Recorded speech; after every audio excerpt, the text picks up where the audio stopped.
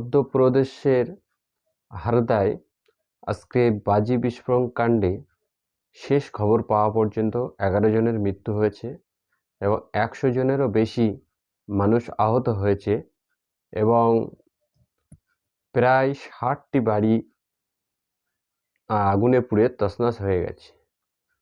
এখন বিষয় হলো, মধ্যপ্রদেশ শাসন করছে বিজেপি সরকার। সেখানে অবৈধ বাজি কারখানায় বিস্ফোরণ হলে সেখানে কোনো এনআইএ তদন্ত প্রয়োজন হয় না, কোনো ইডি সিবিআই লাগে না। অতএব সেটা বিজেপি শাসন করছে বলে সেখানে কোনো কিছুরই তদন্তের প্রয়োজন হয় না।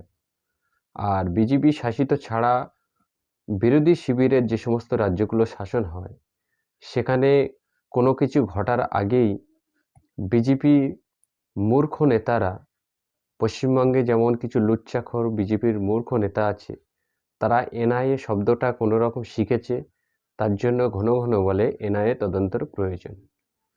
যদি পশ্চিমবঙ্গের ক্ষেত্রে এনআইএর প্রয়োজন থাকে তাহলে মধ্যপ্রদেশের জন্য কেন এনআইএর তদন্তের প্রয়োজন থাকবে না? আপনারা দেখুন, এবিপি আনন্দ খবরটা প্রচার করেছে সকালের দিকে, তখন মৃত্যু ছিল 6 জনের।